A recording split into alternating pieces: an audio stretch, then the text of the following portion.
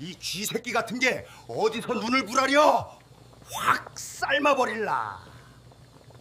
비릿한 매운탕 냄새 사이로 섬뜩한 고함이 터졌고 사내는 가스버너 위에서 펄펄 끓는 쇠솥을 거칠게 낚아챘습니다. 그의 시선 끝에는 구석에서 바들바들 떨고 있는 8살 아이가 있었죠. 휘익하는 파열음과 함께 끓는 솥이 아이에게 날아드는 절체절명의 순간이었습니다. 안 된다. 내 새끼 털끝 하나 건드리지 마라. 치익 살이 타는 끔찍한 소리가 식당 안을 가득 채웠습니다. 아이를 감싸 안은 여인의 등 위로 지옥불 같은 국물이 쏟아졌고 고통 섞인 신음이 터져나왔죠. 피 한 방울 섞이지 않은 남이자 그저 돈 받고 일하던 늙은 식모였습니다. 대체 왜 그녀는 펄펄 끓는 물속으로 제 몸을 던져야만 했을까요? 이야기 시작 전 구독과 좋아요로 온기를 더해주세요. 어디서 듣고 계신지 댓글 남겨주시면 계신 그곳으로 건강과 평안의 기운을 가득 담아 보내드리겠습니다. 서울 성북동의 가장 높은 언덕. 대한민국 굴지의 대성그룹 강회장 저택은 궁궐처럼 거대하고 화려했으나 마치 거대한 무덤처럼 차갑고 적막했습니다. 현관의 대리석 바닥은 거울처럼 반짝였고 벽에는 수억 원을 호가하는 그림들이 걸려 있었지만 그 넓은 집 어디에서도 사람의 온기나 웃음소리는 찾아볼 수 없었죠. 그 차가운 저택에서 유일하게 사람 냄새가 나고 따뜻한 김이 모락모락 피어오르는 곳은 오직 부엌뿐이었습니다. 부엌 한 구석에는 쭈그리고 앉아 식은 밥상을 하염없이 내려다보는 한 여인이 있었는데 바로 올해 68살이 된 박노심 씨였어요. 그녀의 손은 마치 늙은 소나무 껍질처럼 거칠고 투박했으며 손마디는 류머티즘 관절염으로 인해 기이하게 튀어나와 있었죠. 30년이 넘도록 찬물에 손을 담그고 뜨거운 솥단지를 닦아내며 살아온 세월의 훈장이자 고단한 삶의 증거였습니다. 노심 씨는 남편도 없고 자식도 없는 천의 고아로 젊은 시절 갈 곳이 없어 길거리를 헤매던 그녀를 거두어 준 것이 바로 선대 회장님이셨기에 평생을 이 집 부엌 귀신으로 살아온 여인이랍니다. 하지만 요즘 노심 씨의 속은 숫덩이처럼 새카맣게 타들어가고 있었어요. 바로 이 집의 유일한 핏줄이자 눈에 넣어도 아프지 않을 8살 강준우 도련님 때문이었죠. 준우는 남들이 보기엔 금수저를 물고 태어난 왕자님 같았지만 실상은 유리 감옥에 갇힌 병든 새나 다름없었습니다. 태어나자마자 어머니를 여의고 아버지인 강 회장마저 해외 출장이다 뭐다 하며 1년의 절반을 밖으로만 돌았으니까요. 100평이 넘는 넓은 저택에 홀로 남겨진 8살 아이가 할 수 있는 건 아무것도 없었습니다. 그래서였을까요? 준우에게는 마음의 병이 깊게 뿌리내리고 있었죠. 불안하면 눈을 빠르게 깜빡이는 틱 장애와 누가 말을 걸어도 입을 꾹 다물어버리는 실어증 증세를 보이며 세상과 통하는 마음의 문을 닫아버린 것입니다. 그날 저녁도 마찬가지였어요. 새로운 젊은 가정부들이 최고급 한우 스테이크와 화려한 서양식 요리를 식탁 가득 차려냈지만 준우는 포크를 든 채 눈만 깜빡이며 멍하니 앉아있을 뿐이었죠. 도우미가 답답하다는 듯 짜증 섞인 목소리로 말했어요. 도련님, 이거 프랑스 유학파 셰프가 만든 거예요. 한 입만 드세요. 회장님 아시면 저희가 혼나요. 하지만 준우는 고개를 세차게 저으며 식탁 밑으로 기어들어가 숨어버렸습니다. 도우미들이 혀를 차며 접시를 치우고 물러가자 그제야 노심 씨가 조용히 식탁 아래로 다가갔죠. 그녀의 품에서는 달큰하고 구수한 냄새가 났는데 바로 무쇠 가마솥 바닥을 박박 긁어 푹 끓인 누룽지 냄새였어요. 도련님, 아줌마랑 숨바꼭질할까? 노심 씨가 식탁볼을 조심스레 들추고 투박한 손을 내밀었습니다. 준우가 겁에 질린 사슴 같은 눈으로 쳐다보자 그녀는 앞치마 주머니에서 김이 모락모락 나는 작은 사기 그릇을 꺼내 보였어요. 이거 봐라. 아무도 모르게 끓인 거야. 냄새 좋지? 아줌마가 도련님 주려고 제일 구수한 놈으로만 긁었다. 버터 냄새 가득한 서양 요리에는 눈길도 안 주던 아이가 노심 씨가 내민 누룽지 그릇을 보자 코를 킁킁거렸습니다. 그 구수한 냄새는 마치 엄마의 살 냄새처럼 아이의 긴장을 풀어주었기 때문입니다. 노심 씨는 숟가락으로 뜨거운 누룽지 국물을 호흡으로 식힌 뒤 준우의 작은 입에 조심스레 넣어주었어요. 아줌마 손이 약손이야. 이거 먹으면 꽉 막힌 속이 뻥 뚫린다. 따뜻하고 뭉근한 국물이 목구멍을 타고 넘어가자 잔뜩 긴장해서 굳어있던 아이의 어깨가 조금씩 내려갔습니다. 한 숟갈, 두 숟갈. 어느새 그릇을 싹 비운 준우는 고사리 같은 손으로 노심 씨의 거칠고 딱딱한 손가락을 꽉 잡았죠. 그것은 살려달라는 신호였습니다.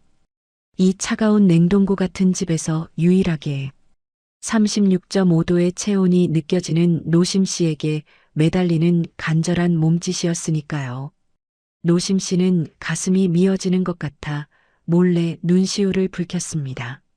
내 배 아파 낳은 자식은 아니지만 제 젖 한번 물려보지 못했지만 이 작은 생명이 뿜어내는 외로움이 뼛속까지 사무쳤기 때문입니다. 그녀는 식탁 밑으로 들어가 준우를 품에 꼭 안고 등을 토닥여 주었어요. 괜찮다, 괜찮다. 이 할미 같은 아줌마가 여기 있어. 아무데도 안 가. 밥 잘 먹고 잠 잘 자면 무서운 꿈도 다 달아날 거야. 노심 씨의 등은 넓고 따뜻했습니다. 준우는 엄마의 냄새를 모릅니다. 하지만 노심 씨의 앞치마에서 나는 멸치, 국물 냄새와 땀 냄새가 세상에서 가장 안전하고 포근한 냄새라고 생각했는지도 모릅니다. 그렇게 노심 씨는 회장님의 식모가 아니라 준우의 유일한 어머니가 되어가고 있었죠. 하지만 이 평화롭고 애틋한 시간은 그리 오래가지 못했습니다. 저택의 높은 담장 너머로 검은 먹구름이 몰려오고 있었기 때문이죠. 어느 날 밤이었습니다. 하늘이 뚫린 듯 폭우가 쏟아지고 천둥 번개가 요란하게 치던 그날 밤 현관문이 부서져라 열리며 들이닥친 비서실장의 얼굴은 사색이 되어 있었어요. 회장님께서 타고 오시던 차가 빗길에 미끄러져 그만. 청천벽력 같은 비보에 집안은 순식간에 아수라장이 되었습니다. 사람들의 비명과 통곡 소리가 거실을 메웠고 노심 씨는 자다 깬 준우의 귀를 틀어막으며 가슴으로 아이를 감싸 안았죠. 그런데 그때였습니다. 울음바다가 된 거실 한가운데 유독 눈물이 없는 한 남자가 서 있었어요. 바로 강 회장의 배다른 동생이자 그룹의 전무인 45살 강진태였습니다. 그는 검은 상복을 입고 슬픈 표정을 짓고 있었지만 번개치는 창가에 비친 그의 입꼬리는 기묘하게 비틀려 올라가 있었죠. 그의 시선이 노심 씨의 품에 안겨 바들바들 떨고 있는 어린 준우에게 꽂혔습니다. 마치 먹잇감을 노리는 독사의 눈빛처럼 차갑고 끈적했죠. 노심 씨는 본능적으로 준우를 등 뒤로 숨겼습니다. 등골이 오싹해지는 불길한 예감이 그녀의 온몸을 휘감았기 때문입니다. 저 눈빛, 저건 슬퍼하는 눈이 아니야. 이것이 장차 대한민국을 뒤흔들게 될 가장 잔혹하고도 위대한 탈출의 서막이 될 줄은 그때는 아무도 몰랐을 것입니다. 과연 그날 밤 빗길에서는 무슨 일이 있었던 걸까요? 그리고 탐욕스러운 눈빛을 가진 강 전무는 이제 겨우 8살이 된 준우에게 어떤 끔찍한 덫을 놓고 있는 걸까요? 강 회장의 장례식은 대한민국 재계에 큰 별이 졌다는 뉴스 속보와 함께 3일장 내내 성대하게 치러졌습니다. 검은 양복을 입은 수많은 조문객이 국화꽃을 놓으며 고인의 명복을 빌었지만 그 화려한 장례식장 어디에도 진심 어린 슬픔은 보이지 않았죠. 사람들은 육개장 그릇을 앞에 두고 회사의 주가가 어떻게 될지, 다음 회장 자리는 누가 차지할지에 대해서만 수군거릴 뿐이었습니다. 그 차가운 계산속들이 오가는 장례식장 한 구석, 상주 자리에 앉아있는 8살 준우는 마치 넋이 나간 인형 같았습니다. 검은 상복은 아이의 작은 몸에 너무 커서 헐렁거렸고 하얗게 질린 얼굴에는 핏기 하나 없었죠. 노심 씨는 그런 준우의 곁을 한시도 떠나지 않고 지켰습니다. 그녀는 조문객들이 흘끔거리며 던지는 동정 어린 혹은 호기심 어린 시선들을 온몸으로 막아내며 준우의 손을 꼭 잡고 있었어요. 도련님, 조금만 참으세요. 이 할미가 곁에 있다. 무서워하지 마라. 하지만 준우는 노심 씨의 말도 들리지 않는지 허공만 응시한 채 눈을 빠르게 깜빡거릴 뿐이었습니다. 아빠의 죽음을 이해하기엔 너무 어린 나이였고 그 죽음을 둘러싼 어른들의 탐욕은 너무나 거대하고 무서운 것이었으니까요. 장례식의 마지막 날 밤이었습니다. 모든 절차가 끝나고 친인척들과 회사 임원들만 남은 자리에서 마침내 강진태 전무가 본색을 드러내기 시작했습니다. 그는 변호사가 유언장을 낭독하려 하자 거칠게 손을 들어 제지했어요. 잠깐, 형님의 유언장을 읽기 전에 우리가 반드시 짚고 넘어가야 할 문제가 있습니다. 장내는 찬물을 끼얹은 듯 조용해졌습니다. 강 전무는 양복 안주머니에서 꼬깃꼬깃하게 접힌 서류 봉투 하나를 꺼내 들었죠. 그의 눈빛은 먹잇감을 앞에 둔 하이에나처럼 번들거리고 있었습니다. 그는 천천히 그리고 아주 또렷한 목소리로 말했어요. 저는 형님의 핏줄을 의심해 본 적이 없습니다. 하지만 그룹의 미래를 위해 그리고 형님의 명예를 위해 어쩔 수 없이 확인해야만 했습니다. 그가 봉투에서 꺼낸 종이 한 장을 탁자 위에 내던지듯 올려놓았습니다. 그것은 바로 유전자 검사 결과지였습니다. 사람들이 웅성거리며 서류를 들여다보았고 이내 경악 섞인 탄식들이 터져나왔죠. 불일치? 그럼 준우가 회장님 친아들이 아니란 말입니까? 세상에, 이게 무슨 날벼락이야. 노심 씨의 심장이 덜컥 내려앉았습니다. 그럴 리가 없었습니다. 준우는 죽은 사모님과 회장님을 반반씩 빼닮은 의심할 여지 없는 두 분의 아들이었으니까요. 노심 씨는 자기도 모르게 자리에서 벌떡 일어나 소리쳤어요. 그게 무슨 말도 안 되는 소리입니까? 도련님은 회장님 핏줄이 맞습니다. 제가 압니다. 제가 두 눈으로 똑똑히 봐왔습니다. 하지만 강 전무는 코웃음을 치며 노심 씨를 비웃듯 쳐다봤습니다. 그의 눈에는 이미 승자의 오만함이 가득 차 있었죠. 박 여사, 주제를 아셔야지. 부엌대기가 뭘 안다고 감히 회장님 집안일에 끼어듭니까? 과학이 아니라고 말하고 있잖아. 강 전무의 호통에 노심 씨는 입술을 깨물었습니다. 그녀는 직감했어요. 저 종이 쪼가리는 조작된 것이라고 저놈이 회장 자리를 차지하기 위해 어린 조카를 짓밟으려는 수작이라고 말이죠. 하지만 힘없는 식모인 그녀가 할 수 있는 일은 아무것도 없었습니다. 강 전무는 덜덜 떨고 있는 준우에게 다가갔습니다. 그는 무릎을 굽혀 준우와 눈을 맞추더니 세상에서 가장 잔인한 미소를 지으며 속삭였어요. 들었지? 넌 가짜야. 내 아빠는 널 속인 거야. 넌 이 집에 있을 자격이 없어. 그 순간이었습니다. 준우의 눈동자가 지진이 난 듯 심하게 흔들리더니 입이 쩍 벌어진 채로 아무런 소리도 내지 못하고 굳어버렸습니다. 너무나 큰 충격과 공포가 아이의 영혼을 산산조각 내버린 것이었죠. 준우는 그 자리에서 혼절하듯 쓰러졌고 노심 씨는 비명을 지르며 아이를 받아 안았습니다. 도련님, 도련님, 정신 차리세요. 하지만 준우는 깨어나지 않았습니다. 아니, 눈은 뜨고 있었지만 그 눈빛은 이미 죽은 사람처럼 텅 비어버린 상태였죠. 의사는 급성 스트레스로 인한 실어증과 쇼크라고 진단했습니다. 8살 아이가 감당하기엔 핏줄을 부정당하고 쫓겨날 위기에 처한 현실이 너무나 가혹했던 것이었죠. 그날 밤 강 전무는 비서실장을 불러 은밀한 지시를 내렸습니다. 그의 목소리에는 일말의 죄책감도 묻어있지 않았죠. 내일 날 박는 대로 처리해. 눈에 띄지 않는 곳으로 아주 멀리. 다시는 살아서 돌아오지 못할 곳으로 보내버려. 그는 준우를 죽이는 대신 세상에서 완전히 지워버리기로 결심한 것입니다.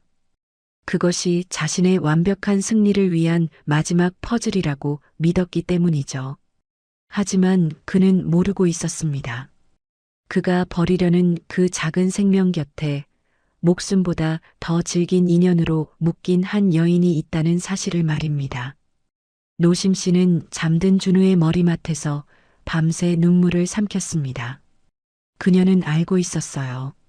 내일이면 이 아이가 짐짝처럼 어디론가 버려질 것이라는 사실을. 그녀는 떨리는 손으로 준우의 차가운 뺨을 어루만지며 생애 처음으로 신이 아닌 자신에게 맹세했어요.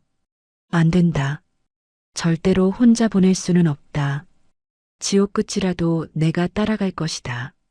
새벽 어스름이 깔릴 무렵 저택 앞에 검은 승합차 한 대가 도착했습니다. 거구의 사내들이 들이닥쳐 잠든 준우를 짐짝처럼 둘러매고 나가려 했죠.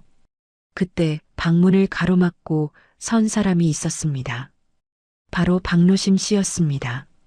그녀의 눈은 붉게 충혈되어 있었지만 그 눈빛만은 굶주린 호랑이처럼 형형하게 빛나고 있었어요. 그녀는 사내들을 향해 낮지만 단호한 목소리로 말했습니다. 나도 간다. 사내들이 어이없다는 듯 비웃었지만 노심 씨는 꼼짝도 하지 않았습니다. 이 아이 혼자는 못 보낸다. 죽여서 내보낼 게 아니라면 나도 데리고 가라. 그것은 단순한 고집이 아니었습니다. 핏줄보다 진한, 젖보다 진한 눈물로 쓴 어미의 계약서였죠. 과연 노심 씨는 이 무시무시한 늑대들의 소굴에서 어린 도련님을 지켜낼 수 있을까요? 그리고 강 전무가 파놓은 저 죽음의 유배지는 과연 어디일까요? 새벽 3시, 세상이 가장 깊은 잠에 빠져 있을 시간이었죠. 하지만 대성그룹 저택 앞마당에는 시퍼런 서치라이트 불빛이 칼날처럼 어둠을 가르고 있었습니다. 강진태 전무가 보낸 검은 양복의 사내들이 마치 저승사자처럼 현관 앞에 도열해 있었기 때문입니다.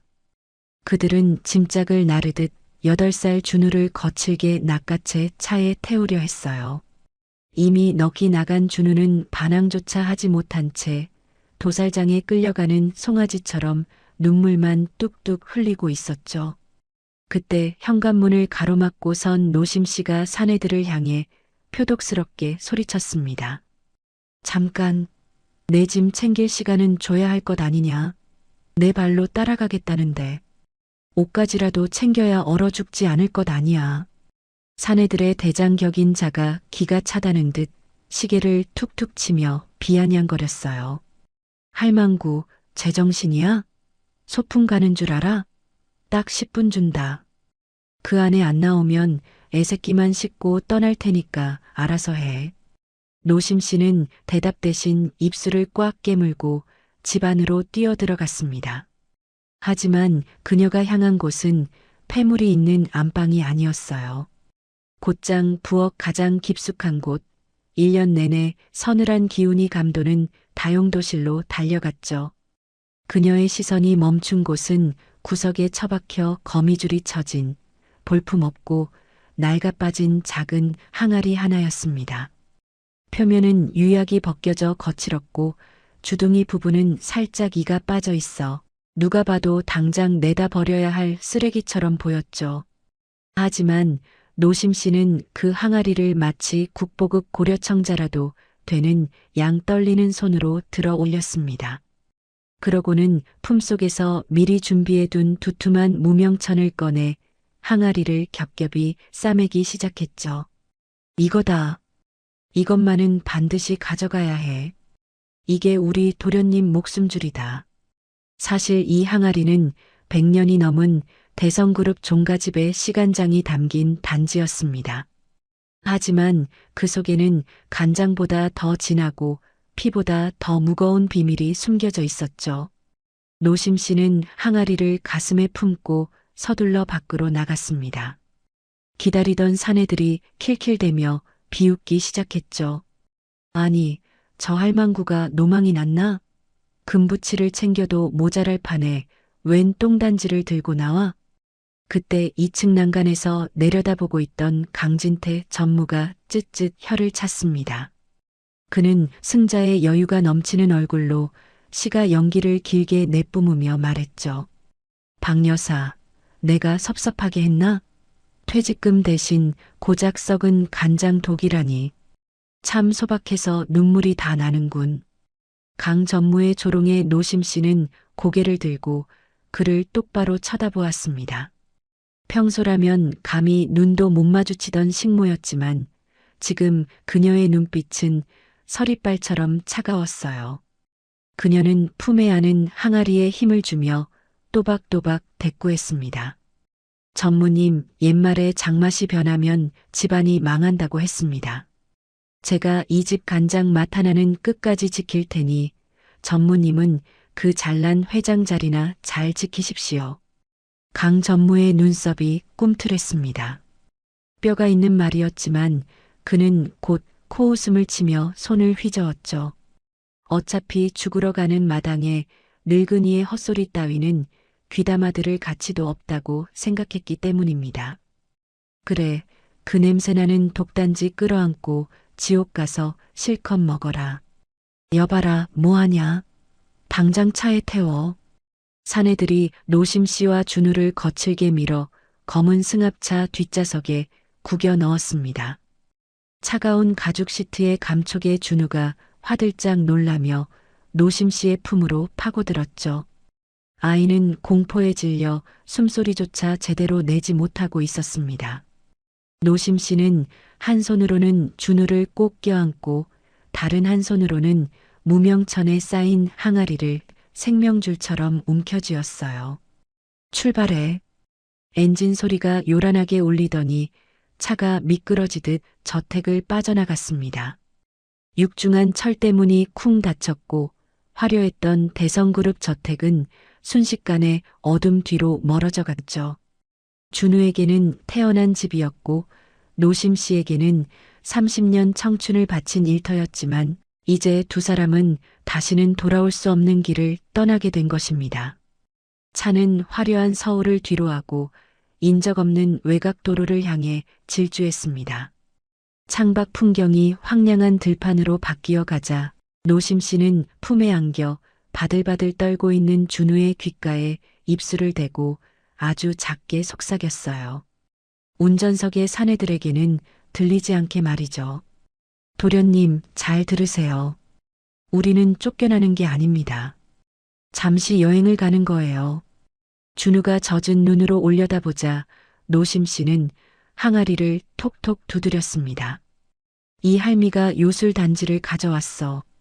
나중에 아주 나중에 우리가 다시 돌아올 때 이 단지가 도깨비 방망이가 되어줄 겁니다.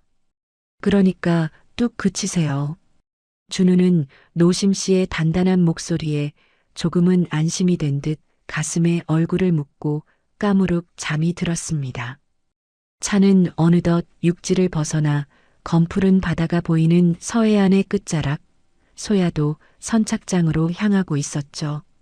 지도에도 잘 나오지 않는 한 번 들어가면 살아서 나오기 힘들다는 척박한 섬이었습니다. 동이 트기 시작한 새벽녘 선착장에는 낡고 녹슨 고깃배 한 척이 엔진을 털털거리며 그들을 기다리고 있었어요.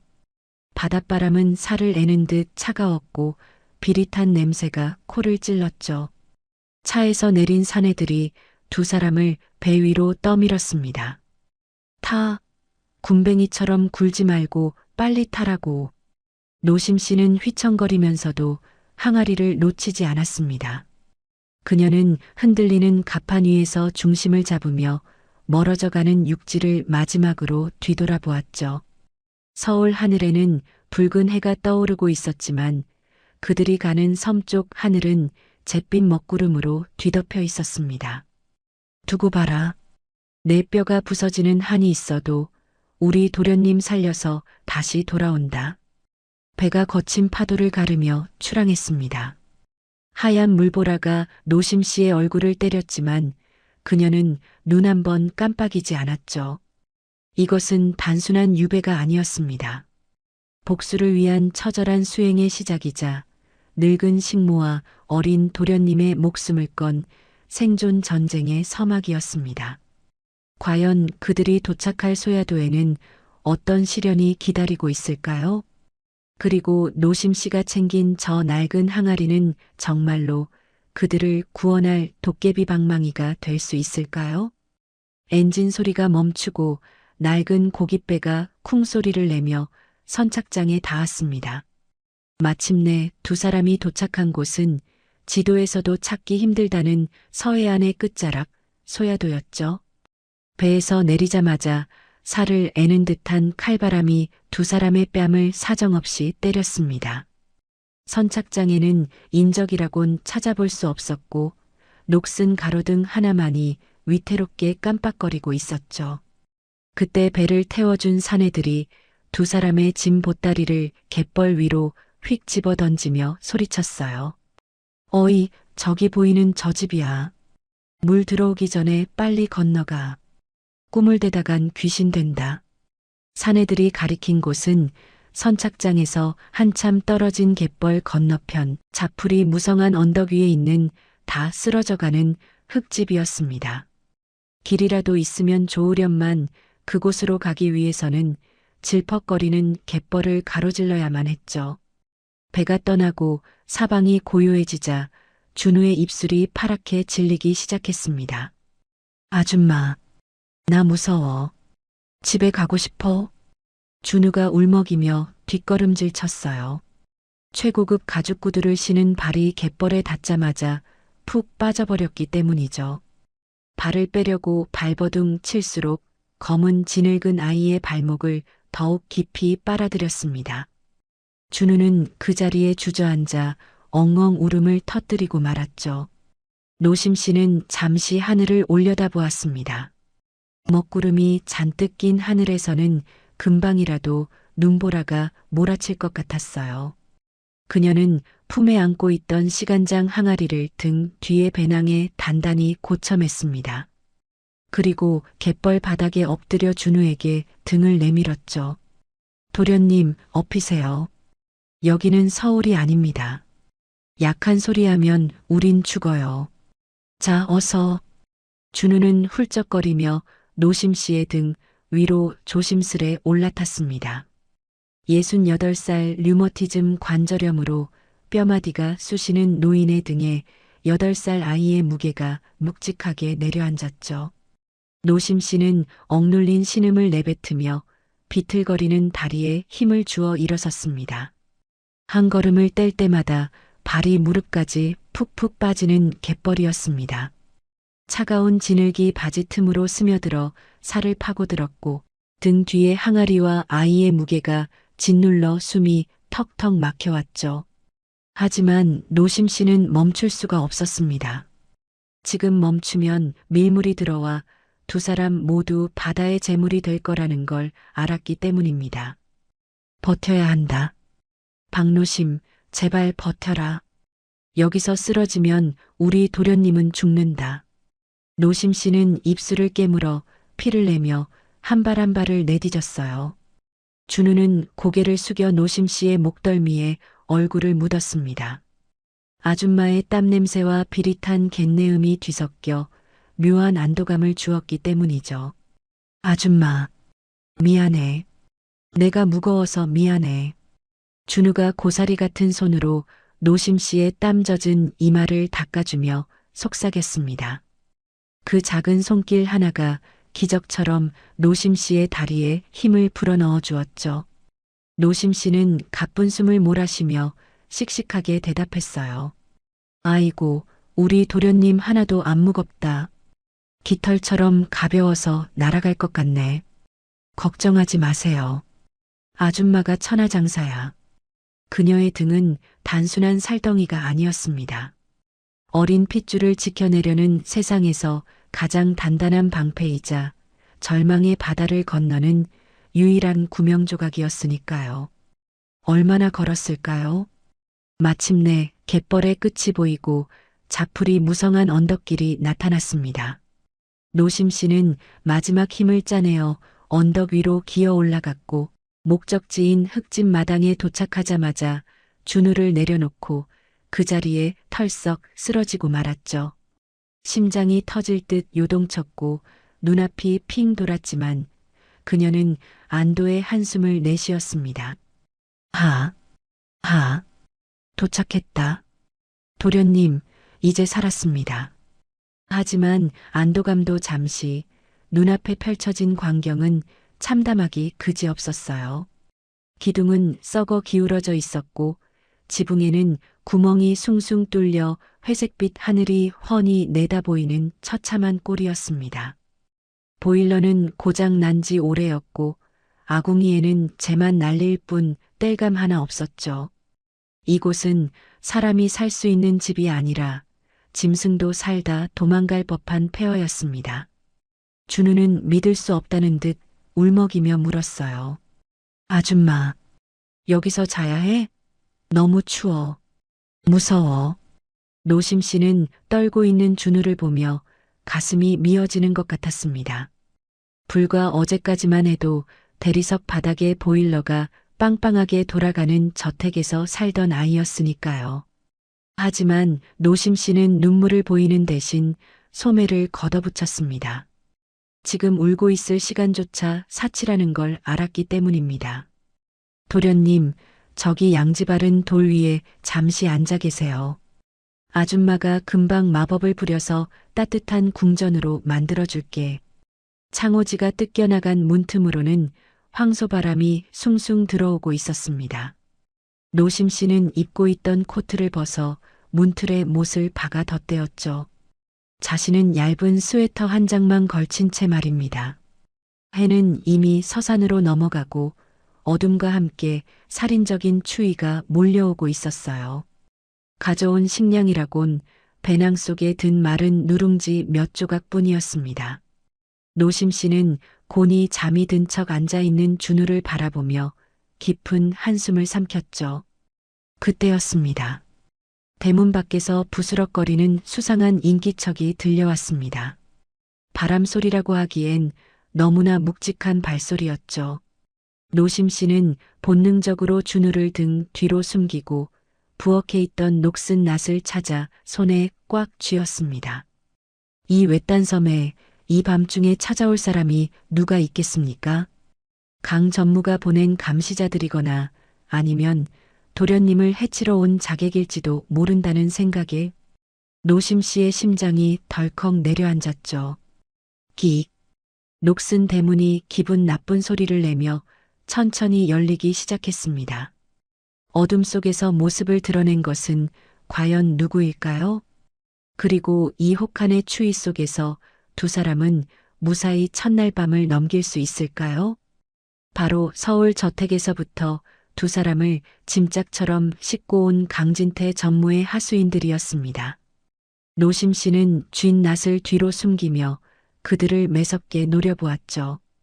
뭐하러 왔나? 이미 쫓겨난 사람들한테 볼 일이 더 남았어? 사내들 중 우두머리인 독사라 불리는 자가 껌을 짝짝 씹으며 마당으로 들어섰습니다. 그는 쌀포대 하나를 흙바닥에 툭 던지며 비릿한 미소를 지었어요. 어이 할망구 굶어 죽으면 안 되니까 식량 좀 가져왔어. 아껴 먹어. 그게 마지막이니까. 그들은 킬킬거리며 대문 밖으로 사라졌습니다. 노심 씨는 황급히 포대를 열어보았죠. 하지만 포대를 열자마자 코를 찌르는 시큼하고 역한 냄새가 훅 풍겨왔습니다. 그것은 쌀이 아니라 곰팡이가 하얗게 핀 짐승 사료로도 못 쓸 쉰밥 덩어리들이었어요. 이건 먹으라고 준 게 아니라 빨리 죽으라고 던져준 독약이나 마찬가지였습니다. 방 안에서는 배고픔에 지친 준우가 퀭한 눈으로 그녀를 바라보고 있었죠.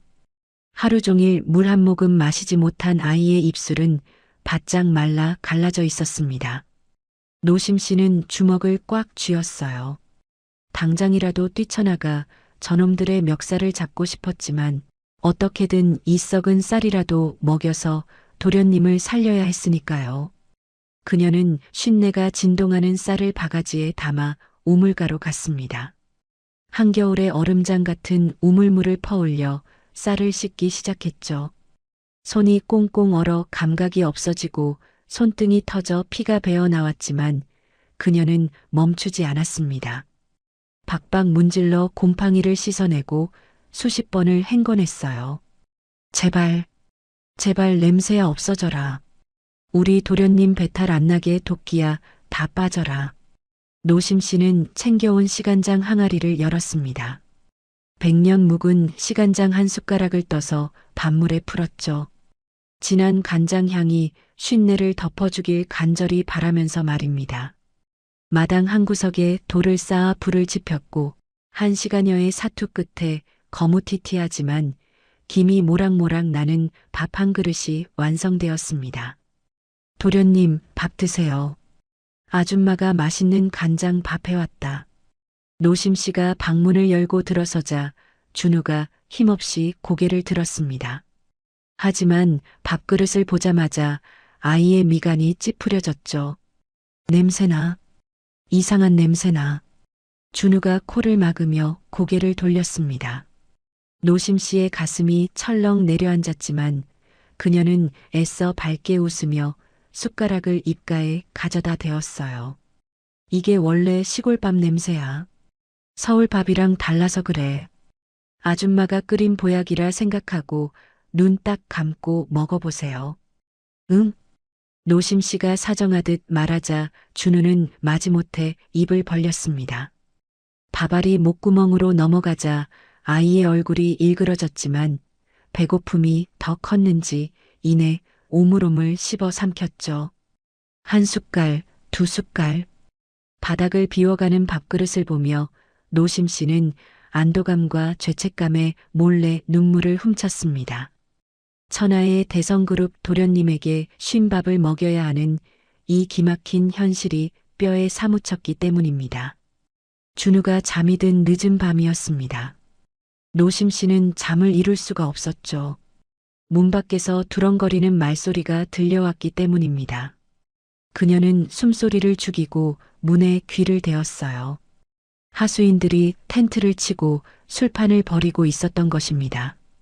형님, 근데 우리 언제까지 저 거짓골을 감시해야 합니까? 그냥 확 바다에 밀어버리면 깔끔하잖아요.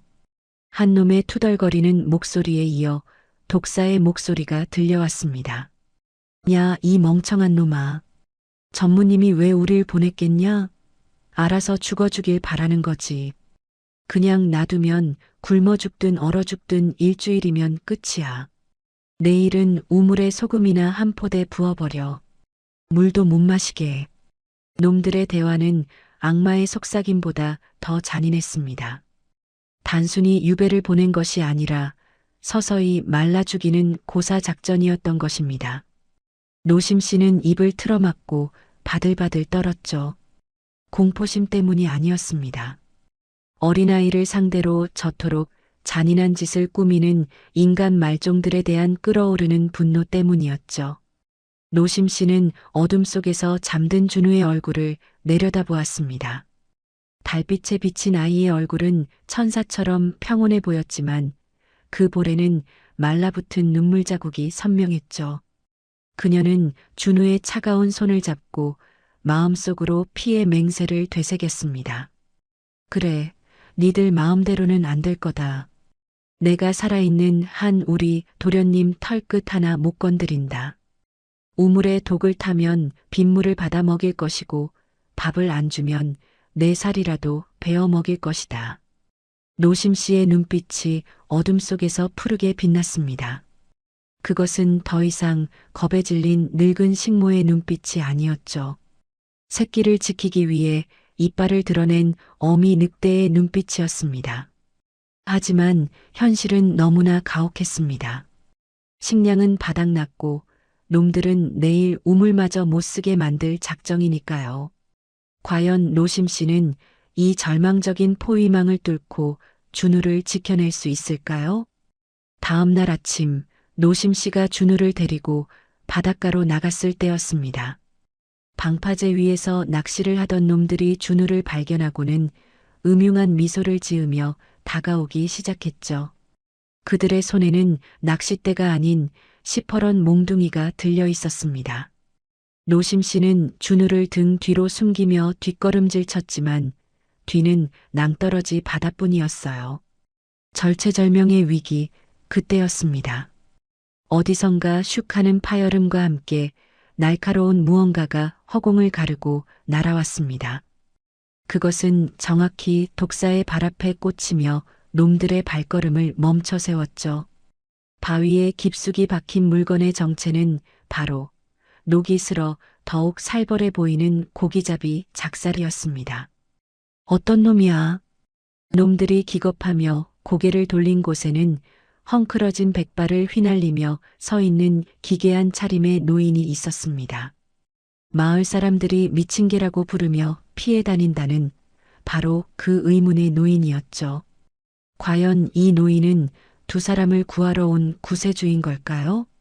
아니면 또 다른 위협일까요? 감히 내 앞길을 막아? 독사가 핏대를 세우며 소리친 곳에는 헝클어진 백발을 바람에 날리며 서 있는 기괴한 노인이 있었습니다. 섬마을 사람들이 재수가 없다며 피한다는 일명 미친개라 불리는 천심할배였죠. 그는 낡은 군용 깔깔이를 걸치고 한 손에는 또 다른 작사를 가볍게 쥐고 서 있었습니다. 독사는 코웃음을 쳤어요. 다 늙어빠진 노인네 하나쯤은 손가락 하나로도 꺾을 수 있다고 생각했기 때문입니다. 뭐해? 저 노망난 늙은이 다리를 분질러서 바다에 던져버려. 명령이 떨어지기가 무섭게 덩치 큰 하수인 두 명이 몽둥이를 치켜들고 노인에게 달려들었습니다. 노심 씨는 비명을 지르며 준우의 눈을 가렸죠. 하지만 다음 순간 벌어진 일은 그녀의 상상을 완전히 뒤엎는 것이었습니다. 슉, 퍽! 눈으로 쫓을 수 없을 만큼 빠른 움직임이었어요. 노인은 달려드는 녀석의 몽둥이를 가볍게 피하더니 작살에 무딘 자루 끝으로 녀석의 명치를 정확하게 가격했습니다. 억소리도 내지 못한 채 거구의 사내가 거품을 물고 쓰러졌죠. 뒤따라오던 놈이 주먹을 휘둘렀지만 노인은 마치 유령처럼 등 뒤로 파고들어 오금을 걷어찼습니다. 우두둑하는 섬뜩한 소리와 함께 두 번째 사내도 비명을 지르며 바닥에 처박혔죠. 불과 3초 눈 깜짝할 사이에 벌어진 일이었습니다. 독사의 눈이 공포로 흔들렸습니다. 평생을 싸움판에서 굴러먹은 그의 눈에도 노인의 움직임은 살인 병기처럼 절도 있고 치명적이었으니까요. 노인은 쓰러진 놈들을 밟고 천천히 독사 앞으로 다가갔습니다. 그의 눈빛은 흐리멍덩한 미치광이의 눈이 아니라 굶주린 맹수처럼 형형하게 빛나고 있었죠. 내 구역에서 똥파리들이 윙윙거리는군. 꺼질 테냐 아니면 고기밥이 될 테냐? 목소리는 낮았지만 쇠를 긁는 듯한 살기가 서려 있었습니다. 독사는 들고 있던 몽둥이를 슬그머니 뒤로 감추며 뒷걸음질 쳤어요. 여기서 덤볐다가는 뼈도 못 추릴 거라는 공포가 그를 압도했기 때문입니다.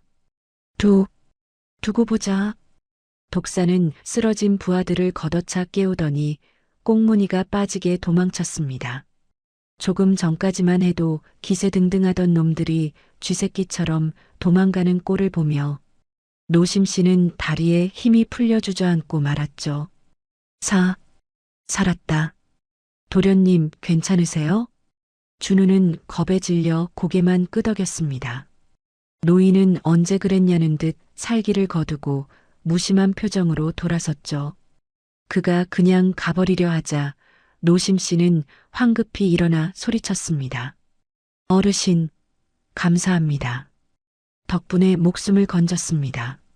노인은 대꾸도 없이 걸어가다가 멈칫하더니 허리춤에 매달려 있던 묵직한 망태기를 노심 씨 발치에 툭 던졌습니다. 비릿한 냄새와 함께 망태기 입구가 열리며 은빛 비늘이 번쩍이는 팔뚝만한 자연산 감성돔 2마리가 튀어나왔죠. 애새끼 꼴이 그게 뭐야? 해골바가지가 다 됐네.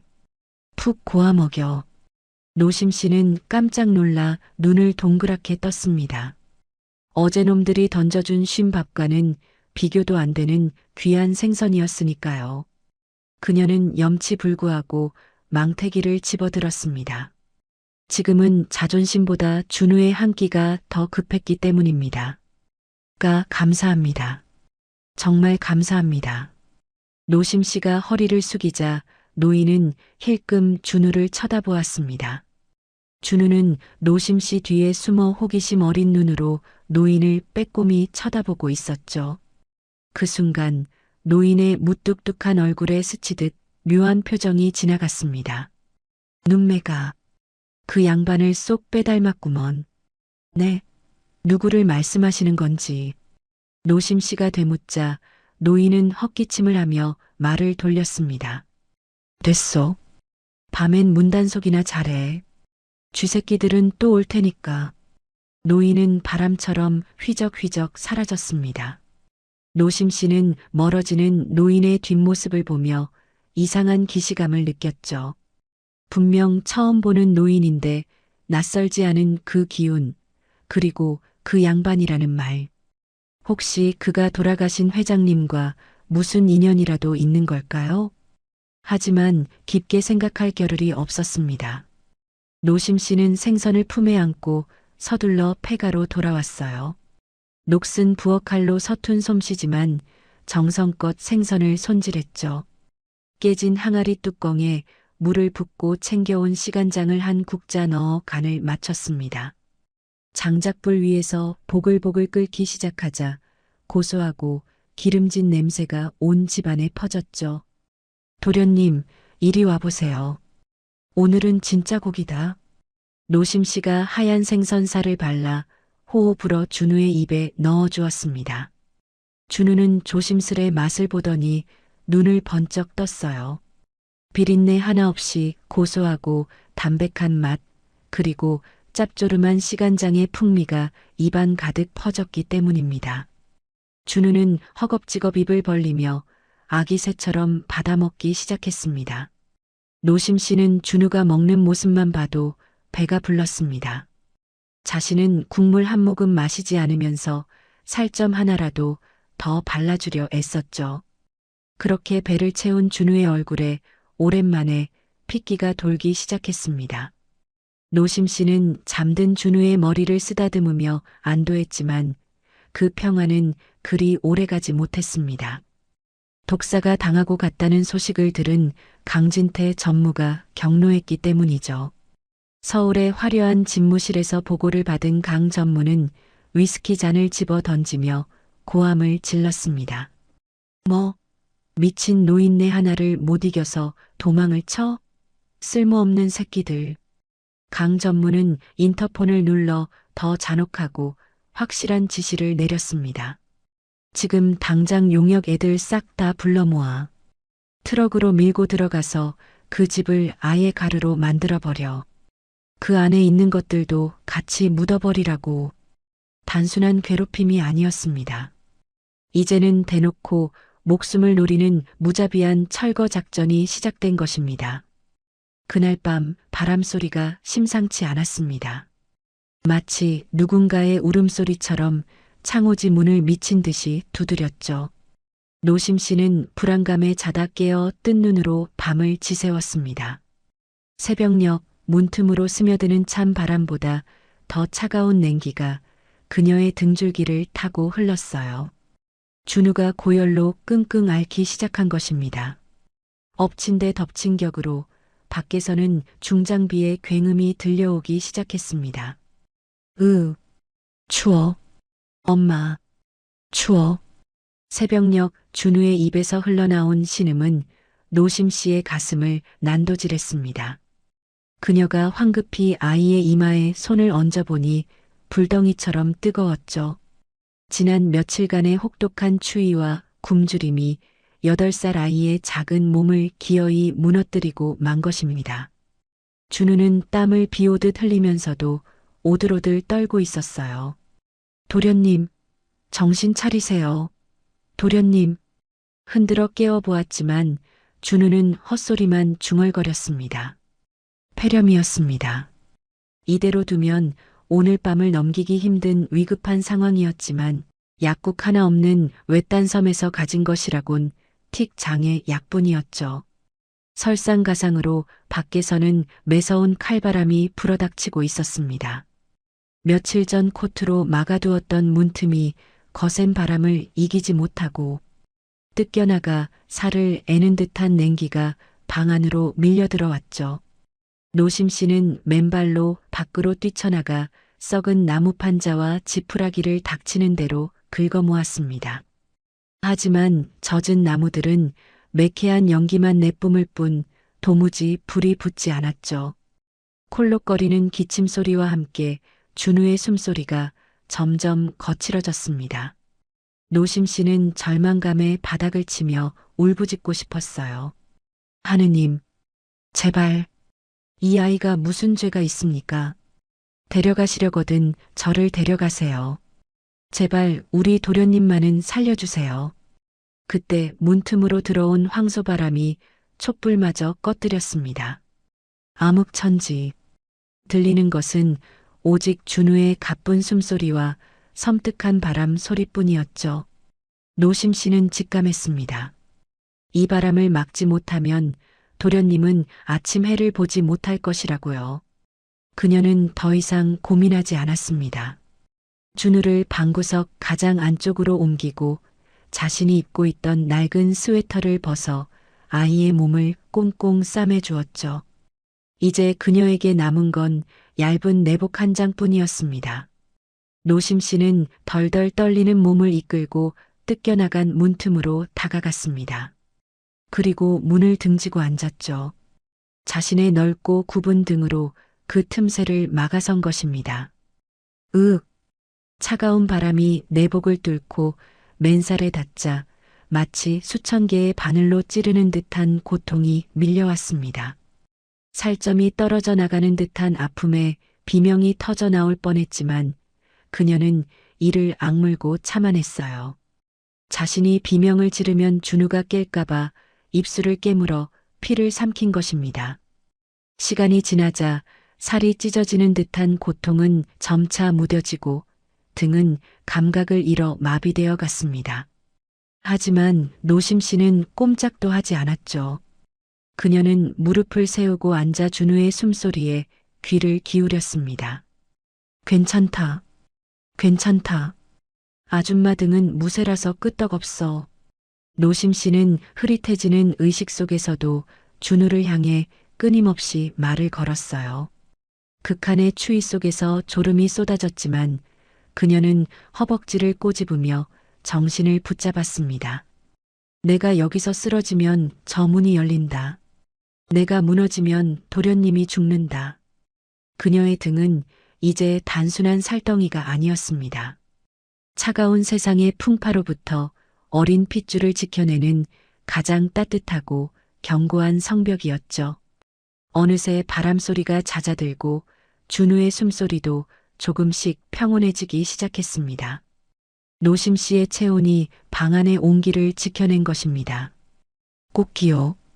멀리서 새벽을 알리는 닭 울음소리가 들려오고 창호지 문 너머로 희미하게 푸른 여명이 밝아왔습니다. 방 안의 어둠이 걷히자 밤새 처절했던 사투의 흔적이 드러났죠. 준우가 부스스 눈을 떴습니다. 다행히 열은 많이 내렸고 얼굴에는 다시 핏기가 돌아와 있었어요. 아이는 잠결에 물을 찾으며 몸을 일으켰습니다. 아줌마, 물. 준우가 고개를 돌려 노심 씨를 찾았습니다. 그리고 아이는 숨을 헉 들이켰죠. 문 앞에 앉아 있는 노심 씨의 모습은 충격 그 자체였기 때문입니다. 그녀는 문틀에 기대 앉은 채 꼼짝도 하지 않고 있었는데 머리카락과 어깨 그리고 얇은 내복 위에는 하얗게 서리가 내려앉아 있었던 것입니다. 마치 차가운 돌부처처럼 굳어버린 모습이었죠. 아, 아줌마. 준우가 겁에 질려 다가가 노심 씨의 어깨를 흔들었습니다. 돌덩이처럼 딱딱하고 차가웠어요. 아줌마, 일어나. 죽지 마. 준우가 울음을 터뜨리며 노심 씨의 가슴에 얼굴을 묻었습니다. 그때 굳어있던 노심 씨의 눈꺼풀이 파르르 떨리더니 힘겹게 떠졌죠. 그녀는 초점 없는 눈으로 품에 안긴 준우를 보며 희미하게 미소 지었습니다. 그리고 얼어붙어 잘 움직이지 않는 입술을 달달 떨며 겨우 한마디를 내뱉었어요. 도련님, 잘 잤어요? 자신의 몸이 얼음장이 되어가는 와중에도 아이의 안부를 먼저 묻는 그 목소리. 그것은 이 세상의 언어가 아니었습니다. 준우는 엉엉 울며 노심 씨의 얼어버린 손을 자신의 볼에 비볐죠.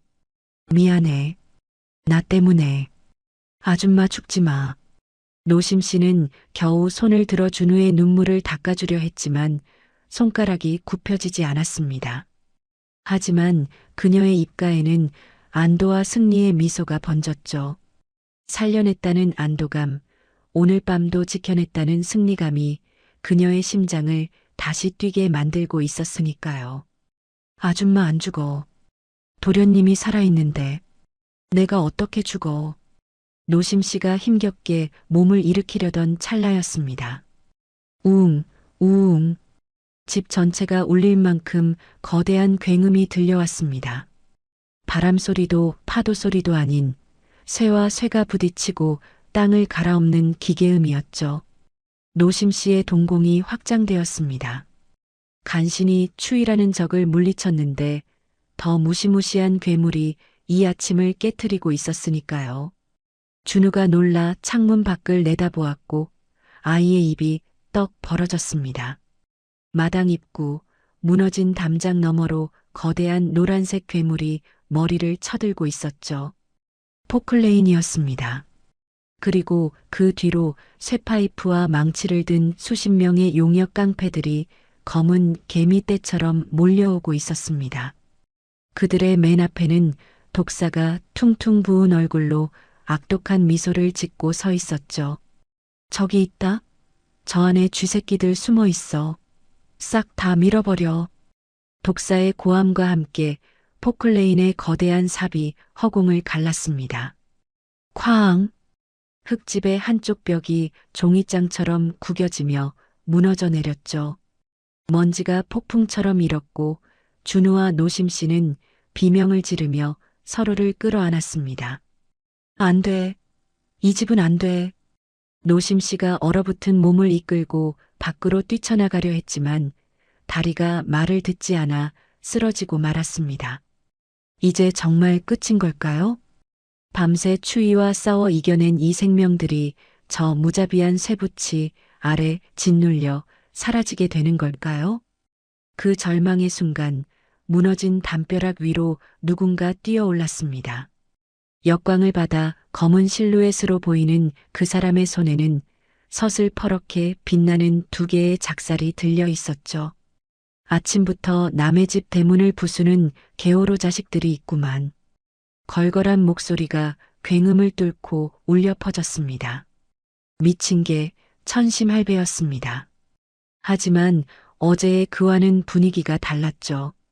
그의 뒤로 마을 어선들의 깃발이 펄럭이며 수십 명의 어부들이 몰려오고 있었기 때문입니다. 과연 이 늙은 호랑이는 최신식 중장비로 무장한 철거 용역들을 상대로 이 집을 그리고 두 사람을 지켜낼 수 있을까요? 천심할배의 걸걸한 호령이 떨어지자마자 그의 뒤를 따르던 수십 명의 어부들이 포클레인 앞을 가로막았습니다.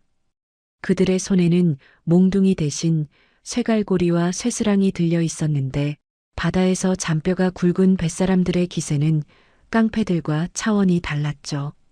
독사가 당황하여 뒷걸음질 치며 소리쳤어요. 뭐야? 니들 뭐야? 우린 허가받고 철거하는 거야. 다들 콩밥 먹고 싶어?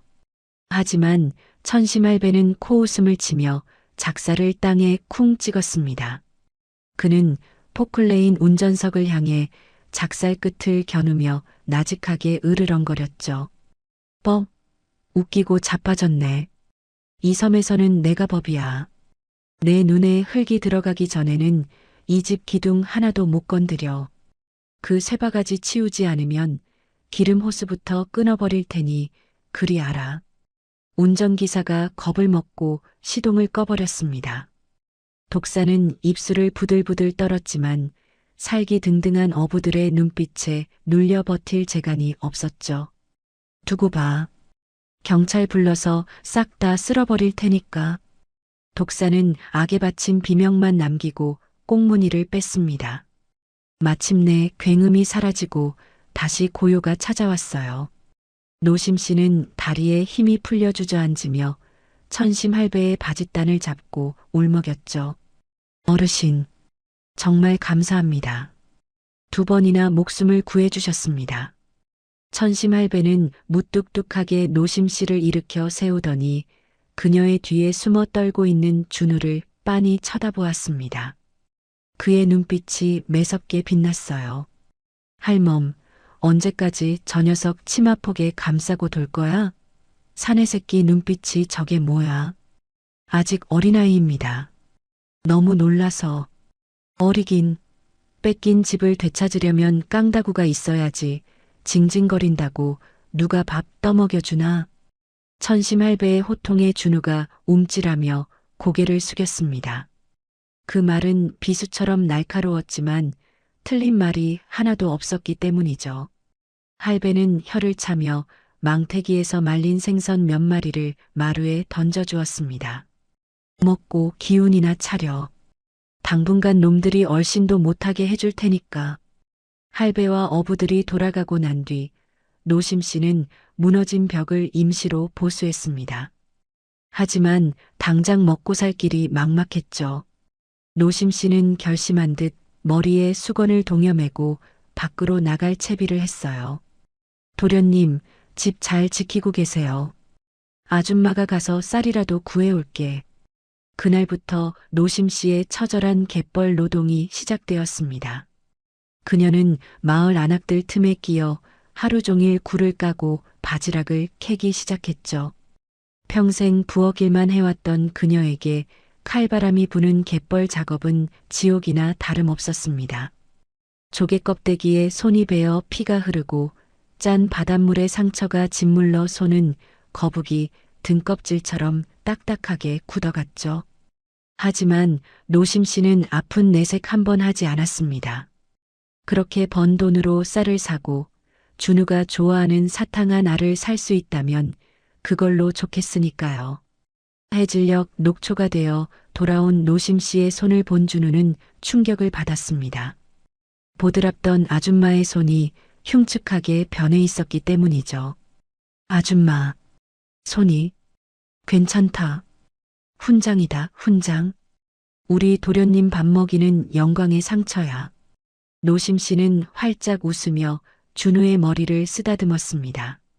저녁을 먹은 뒤 밤하늘에 별이 뜨자 노심 씨는 준우를 데리고 마당의 모래밭으로 나갔죠. 그녀는 나뭇가지 하나를 준우의 손에 쥐어주었습니다. 도련님, 오늘부터는 공부를 해야 합니다. 준우가 의아한 표정으로 쳐다보자 노심 씨는 모래바닥을 평평하게 다지며 말했어요. 학교도 책도 없지만 그렇다고 바보가 될 수는 없습니다. 저 나쁜 놈들이 제일 무서워하는 게 뭔지 아세요? 바로 똑똑한 머리예요. 노심 씨는 모래 위에 삐뚤빼뚤하지만 힘 있는 필체로 글자를 적기 시작했습니다. 강준우. 자신의 이름이었죠. 도련님 뺏긴 건 다시 찾으면 됩니다. 하지만 배운 게 없으면 손에 쥐어줘도 지키지 못해요. 저들이 도련님을 가짜라고 손가락질했죠? 그걸 이기는 방법은 단 하나, 도련님이 저들보다 더 높고 무서운 사람이 되는 거예요. 노심 씨의 목소리에는 서리빨 같은 결기가 서려 있었습니다. 차가운 모래밭이 칠판이 되고 나뭇가지가 연필이 된 세상에서 가장 초라한 교실이었지만 그 열기만큼은 뜨거웠죠. 준우는 노심 씨의 터진 손등을 보며 입술을 굳게 다물었습니다. 나를 위해 끓는 물을 맞고 온몸으로 바람을 맞고 손이 문드러지도록 일하는 아줌마. 그 아줌마를 위해서라도 강해져야겠다는 생각이 8살 아이의 가슴에 불을 지핀 것이었습니다. 슥, 슥. 준우가 나뭇가지로 모래 위에 자신의 이름을 꾹꾹 눌러쓰기 시작했습니다. 한 획을 그을 때마다 준우의 눈빛이 달라지고 있었죠. 겁에 질려 흔들리던 동공은 사라지고 그 자리에 단단한 총기가 들어차기 시작했습니다. 그래요, 잘한다. 우리 도련님 천재네. 노심 씨가 물개 박수를 치며 기뻐하자 준우의 입가에도 수줍은 미소가 번졌습니다. 그날 밤 준우는 늦게까지 잠들지 않고 모래밭에 앉아 글자를 쓰고 또 썼죠. 소녀는 비로소 자신의 이름을 되찾기 위한 첫걸음을 내디딘 것이었습니다. 시간은 흘러 계절이 바뀌었습니다. 노심 씨의 헌신과 거친 바닷바람 속에서 준우는 몰라보게 단단해져 갔죠. 더 이상 울기만 하는 응석바지가 아니었습니다. 노심 씨를 도와 조개를 캐고 천심할배를 따라다니며 작살 던지는 법을 어깨너머로 배우기도 했으니까요. 하지만 평화는 언제나 폭풍 전야처럼 위태로웠습니다. 준우가 씩씩하게 자랄수록 서울에 있는 강진태 전무의 불안감도 커져만 갔기 때문이죠. 강 전무는 독사에게 최후의 통첩을 날렸습니다. 수단과 방법을 가리지 말고 끝장내라는 서슬 퍼런 명령이었죠. 어느 날 오후 노심 씨가 갯벌에서 돌아왔을 때 집 안 분위기가 심상치 않았습니다. 준우가 보이지 않고 방 안에는 약값이라고 적힌 찢어진 봉투만 나뒹굴고 있었던 것입니다. 준우의 틱 장애약이 떨어져 노심 씨가 피땀 흘려 모은 돈을 넣어둔 봉투였죠. 그녀는 미친 사람처럼 밖으로 뛰쳐나갔습니다. 저 멀리 마을 어귀, 독사와 패거리들이 낄낄거리며 준우를 둘러싸고 있는 모습이 보였죠. 독사의 손에는 노심 씨가 굴을 까서 모은 피 묻은 쌈짓돈이 들려 있었습니다. 이 돈이면 약 사고도 남겠는데? 회식이나 하러 가자. 놈들이 준우를 밀치고 돈을 가로채려는 순간이었습니다. 이대로 뺏길 수는 없었죠. 저 돈이 어떤 돈인데? 손톱이 빠지고 살점이 뜯겨나가며 만든 우리 도련님 살릴 생명줄이었으니까요. 이 도둑놈들아, 내 돈 내놔. 노심 씨는 고함을 지르며 놈들을 향해 달려들었습니다.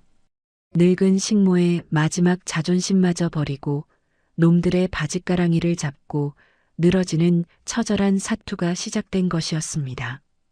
이거 안 나? 이 늙은 여편네가 미쳤나?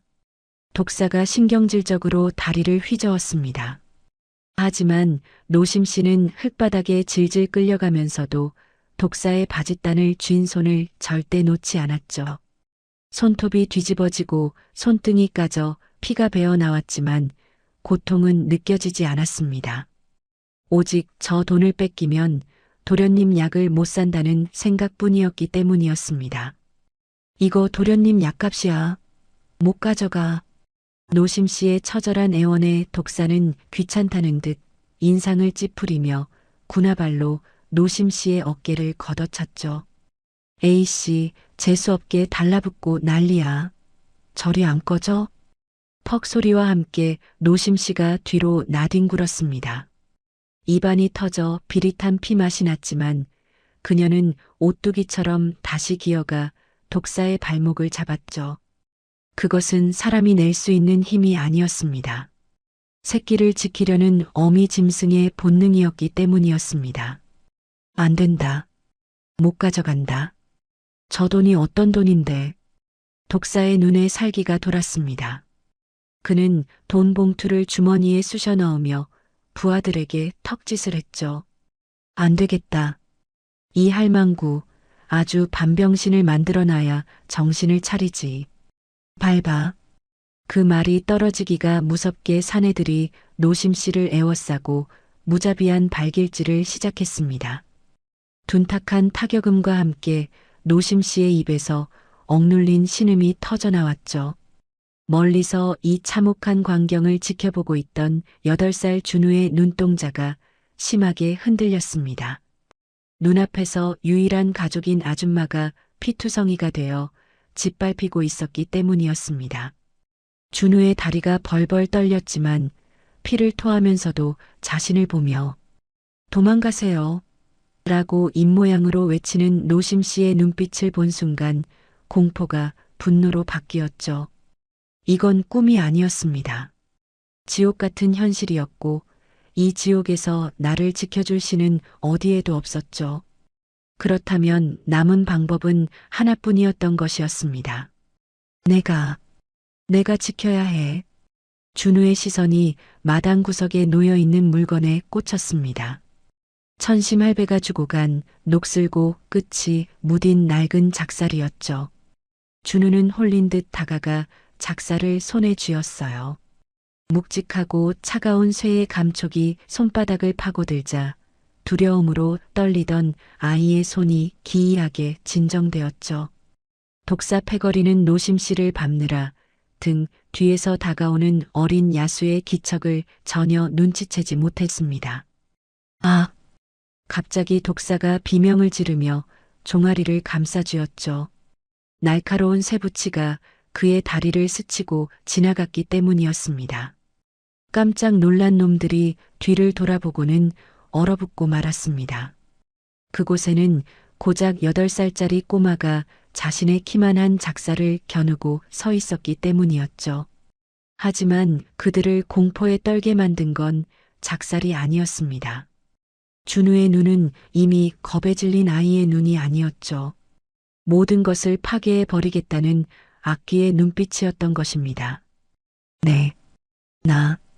준우의 입에서 짐승의 으르렁거림 같은 목소리가 흘러나왔습니다. 작살 끝은 정확하게 독사의 심장을 향하고 있었죠. 이 새끼가 돌았나? 이게 어디서 장난질이야. 독사가 허세를 부리며 다가오려 했습니다. 하지만 준우는 물러서지 않고 오히려 한 걸음 더 내디디며 냅다 작사를 휘둘렀죠. 휙! 단순한 위협이 아니었습니다. 정말로 죽이겠다는 살기가 담긴 일격이었죠. 독사가 기겁하며 뒤로 물러나지 않았다면 배 가죽이 뚫리고 말았을 것이었습니다. 옷자락이 찢겨나가며 독사가 엉덩방아를 찧었죠. 으악! 이 미친 새끼! 독사는 바닥을 기며 뒷걸음질 쳤습니다. 어린애가 사람을 찌르면서도 눈 하나 깜빡이지 않을 것 같은 저 광기가 무서웠기 때문이었습니다. 준우는 넘어진 독사를 향해 다시 작사를 치켜들었죠. 우리 아줌마 건드리면 다 죽여버릴 거야. 또박또박 쇳소리 나는 목소리로 준우가 선언했습니다. 그 모습은 흡사 전장의 장수와도 같았죠. 돈 내놓고 꺼져. 독사는 공포에 질려 얼른 주머니에서 돈 봉투를 꺼내 바닥에 던졌습니다. 돈이고 뭐고 이 섬뜩한 꼬마에게서 벗어나고 싶은 마음뿐이었기 때문이었습니다. 야야, 가자. 재수 없는 것들. 독사는 부하들을 재촉해 도망치듯 자리를 떴습니다. 놈들이 사라지자 준우가 쥐고 있던 작살이 쨍그랑 떨어졌죠. 긴장이 풀린 아이의 몸이 사시나무 떨듯 떨리기 시작했습니다. 흐으앙. 아줌마, 아줌마. 준우는 그 자리에 주저앉아 엉엉 울음을 터뜨렸습니다. 방금 전에 악기 같은 모습은 온데간데 없고 다시 아이로 돌아와 있었던 것이었습니다. 노심 씨는 아픈 몸을 이끌고 기어가 준우를 품에 꼭 안았죠. 피투성이가 된 얼굴로 아이의 등을 토닥였습니다. 잘했다. 잘했어. 우리 도련님이 아줌마 살렸다. 노심 씨는 알고 있었습니다. 방금 전 준우가 보여준 그 모습은 강 회장님이 보여주었던 제왕의 눈빛이었다는 것을 말이죠. 이 아이는 결코 평범하게 살 운명이 아니었던 것입니다. 다음 날 뜻밖의 손님이 폐가를 찾아왔습니다. 바로 천심 할배였는데 그의 손에는 낡은 검도 죽도와 붓 한 자루가 들려 있었죠. 할배는 마당에서 작사를 손질하고 있는 준우를 보며 툭 한마디를 던졌습니다. 어제 제법이더구나. 깡패놈들 오줌을 지리게 만들었다며? 준우가 고개를 숙이자 할배는 준우의 앞에 죽도를 꽂아 넣었습니다. 작살은 고기 잡을 때나 쓰는 거다. 사람을 잡으려면 기술이 필요해. 그리고 할배는 붓을 들어 노심 씨가 준우와 함께 썼던 모래밭의 글자 위에 굵고 힘 있는 획을 더했습니다. 세상을 잡으려면 머리가 필요하지. 내일부터 내 집으로 와라. 내 너한테 줄 게 좀 있으니까. 그것은 스승과 제자의 연이 맺어지는 순간이었습니다. 은둔 고수 천심 할배가 드디어 준우를 자신의 후계자로 점찍은 것이었죠. 과연 천심 할배는 준우에게 어떤 혹독한 수업을 시키게 될까요? 그리고 세월이 흘러 18살이 된 준우는 어떤 모습으로 성장해 있을까요? 소야도의 거친 바닷바람 속에서 강산도 변한다는 10년의 세월이 흘렀습니다. 폐가였던 흙집은 제법 번듯한 돌담집으로 변해 있었죠. 그리고 그 집 마당에는 매일 새벽 닭이 울기도 전에 서슬퍼런 기합 소리가 울려 퍼지고 있었습니다. 흡, 합. 안개가 자욱한 새벽 마당, 상의를 탈의한 채 목검을 휘두르는 한 청년이 있었죠.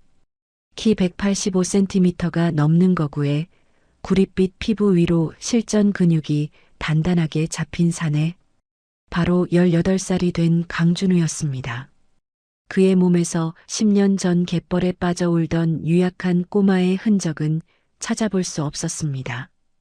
등판에는 수천 번의 낙법으로 다져진 굳은 살이 박혀 있었고 손바닥은 목검 자루를 쥐느라 곰 발바닥처럼 두껍고 투박해져 있었죠. 하지만 가장 많이 변한 것은 바로 눈빛이었습니다. 어릴 적 알았던 틱 장애는 천심 할배의 혹독한 호흡 수련으로 완벽하게 고쳐졌고 이제 그 눈에는 흔들림 없는 고요한 심연이 자리 잡고 있었기 때문이었습니다. 준우의 수련은 그야말로 지옥 그 자체였죠. 천심 할배는 대한민국 특수부대 교관 출신이자 뒷골목의 전설적인 해결사였던 자신의 모든 살인 기술과 생존 본능을 준우에게 전수했습니다. 칼은 손으로 잡는 게 아니다. 배짱으로 잡는 거다. 내가 죽기를 각오하면 상대가 죽고 내가 살려고 하면 내가 죽는다. 할배의 가르침은 잔혹했습니다. 한겨울 얼음물 입수와 눈을 가리고 돌을 피하는 훈련으로 온몸이 멍투성이가 되고 뼈가 부러지는 날이 부지기수였죠. 그때마다 준우를 다시 일으켜 세운 건 부엌에서 묵묵히 밥을 짓는 노심 씨의 구분 등 때문이었습니다. 노심 씨는 늙어백발이 성성한 노인이 되었죠. 지팡이 없이는 걷기도 힘들었지만 그녀는 하루도 쉬지 않고 갯벌에 나갔습니다. 준우에게 고기 한 점이라도 더 먹이기 위해, 책 한 권이라도 더 사주기 위해 뼈가 으스러지도록 일했기 때문이었습니다. 준우는 그런 노심 씨의 갈라진 손등을 볼 때마다 이를 악물었습니다. 자신이 게으름을 피우는 건 어머니 같은 아줌마의 피땀을 배신하는 것이라 생각했으니까요.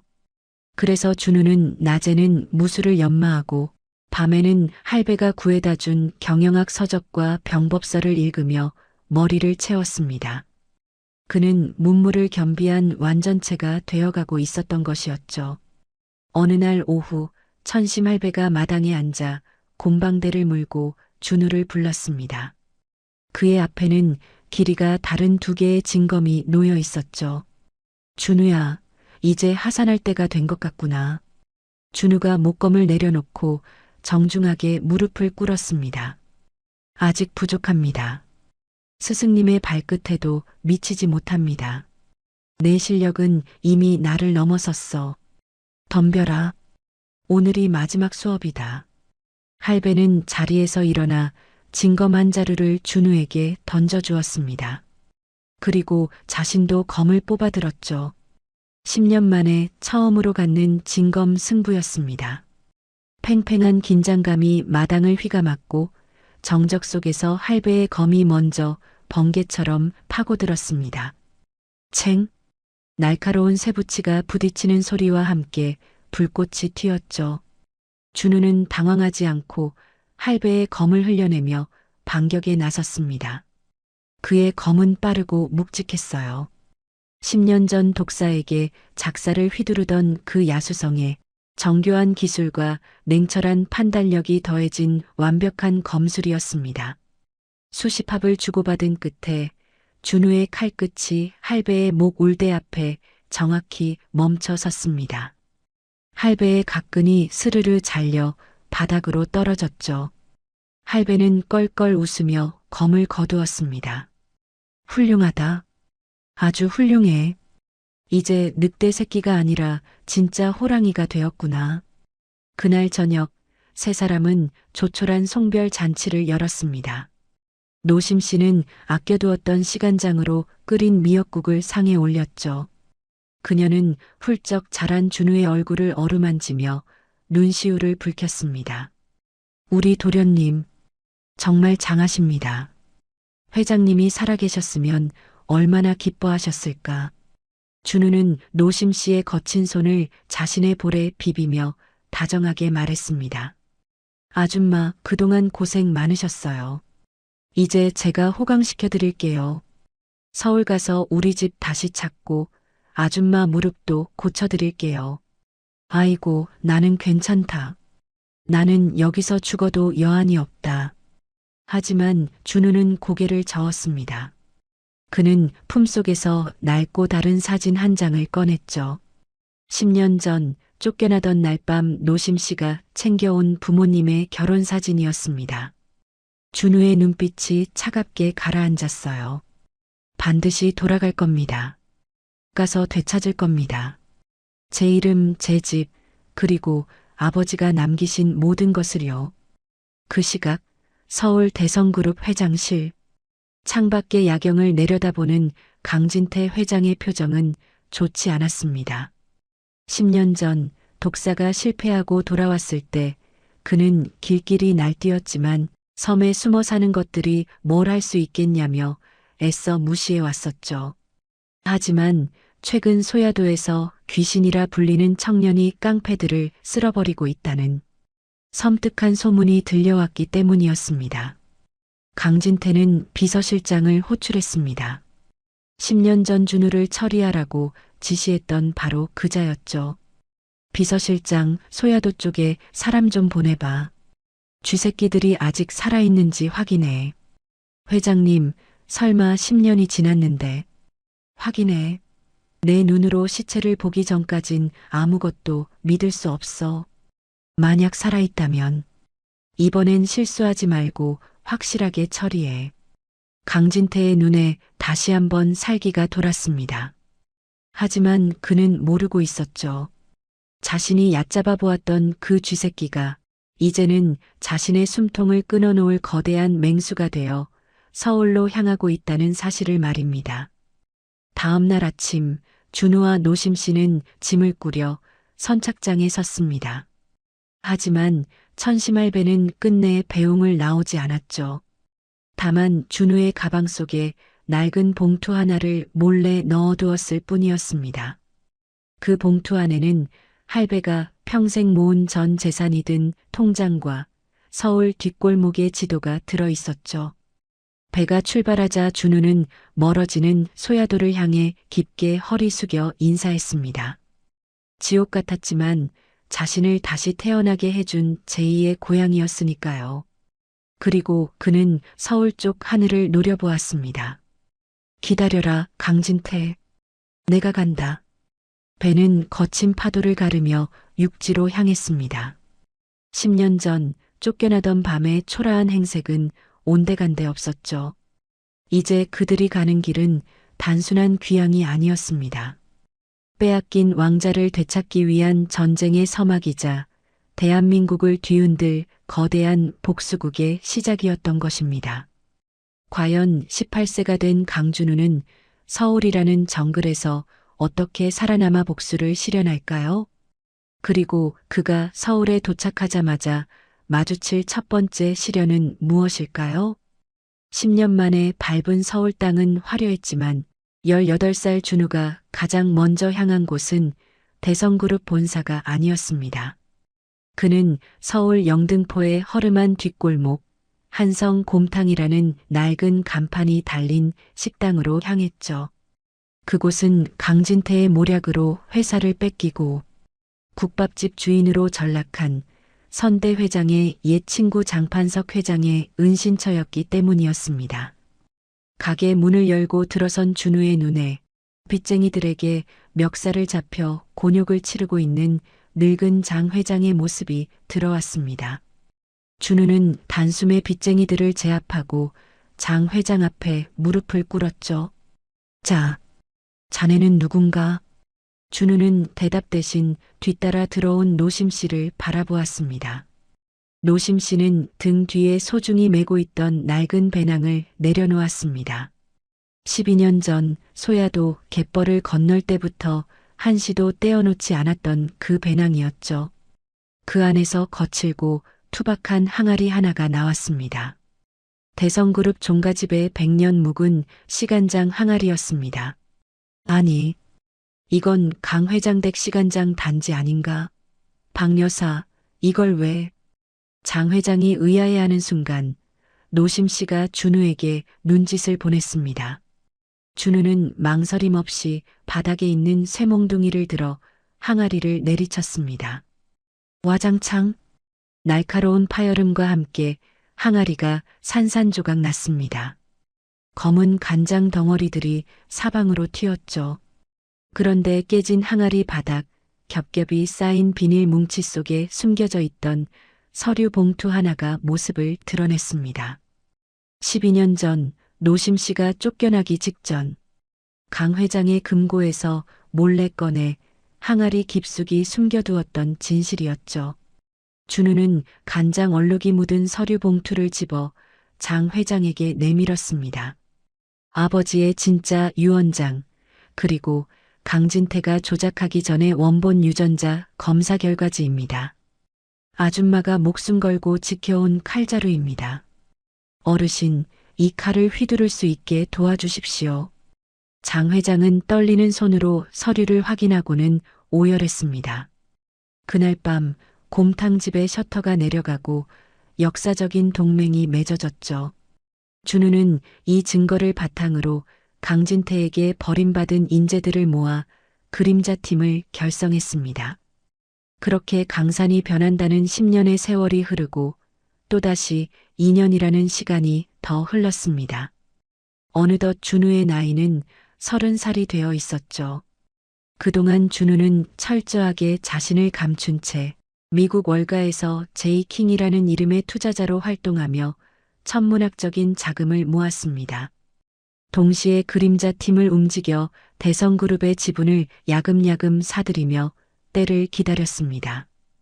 항아리 속 증거는 가장 결정적인 순간에 터뜨리기 위한 마지막 폭탄으로 아껴둔 채 말이죠. 그리고 마침내 결전의 날이 밝았습니다. 대성그룹 본사 대회의장. 오늘은 강진태 회장의 연임을 확정짓는 임시 주주총회가 열리는 날이었습니다. 회의장은 수백 명의 주주와 기자들로 발 디딜 틈이 없었죠. 존경하는 주주 여러분, 오늘부로 우리 대성그룹은 글로벌 기업으로 재도약할 것입니다. 저 강진태를 믿고 강진태의 연설이 절정에 달하려던 순간이었습니다. 쾅! 거대한 굉음과 함께 굳게 닫혀있던 회의장의 양쪽 문이 박살날 듯 활짝 열렸습니다. 수백 개의 시선이 일제히 문 쪽으로 쏠렸죠. 누구야? 감히 여기가 어디라고. 강진태가 고함을 쳤지만 문 안으로 걸어 들어오는 사람을 본 순간 입이 떡 벌어지고 말았습니다. 이탈리아 장인이 만든 최고급 네이비 슈트, 좌중을 압도하는 서늘한 눈빛. 30년 전 선대 강일석 회장을 쏙 빼닮은 30살의 강준우가 그곳에 서 있었기 때문이었습니다. 늦어서 죄송합니다. 이 회사의 진짜 주인이 오느라 시간이 좀 걸렸군요. 준우의 목소리가 장내를 압도했습니다. 강진태는 사시나무 떨듯 떨기 시작했죠. 너, 설마. 오랜만입니다, 숙부님. 12년 전 쉰 밥을 던져주며 다시는 돌아오지 말라고 하셨죠? 하지만 저는 돌아왔습니다. 준우는 단상 위로 성큼성큼 걸어 올라갔습니다. 강진태의 경호실장이 된 독사가 몽둥이를 들고 달려들었지만 준우의 주먹 한 방에 명치를 맞고 거품을 물며 쓰러졌습니다. 준우는 쓰러진 독사를 넘고 지나가 강진태의 코앞에 섰습니다. 자, 잠깐. 준우야, 오해가 있다. 이건 다 널 위해서. 강진태가 뒷걸음질 치며 비굴하게 목숨을 구걸했습니다. 준우는 품속에서 간장 얼룩이 희미하게 남아있는 낡은 서류 봉투를 꺼내 강진태의 얼굴에 패대기 쳤습니다. 오해? 이 안에 당신이 10년 전 유전자 검사 결과를 조작한 원본 서류와 아버지가 남기신 진짜 유언장이 다 들어있는데도 오해입니까? 우리 아줌마가 12년 동안 항아리 속에 숨겨서 지켜온 진실입니다.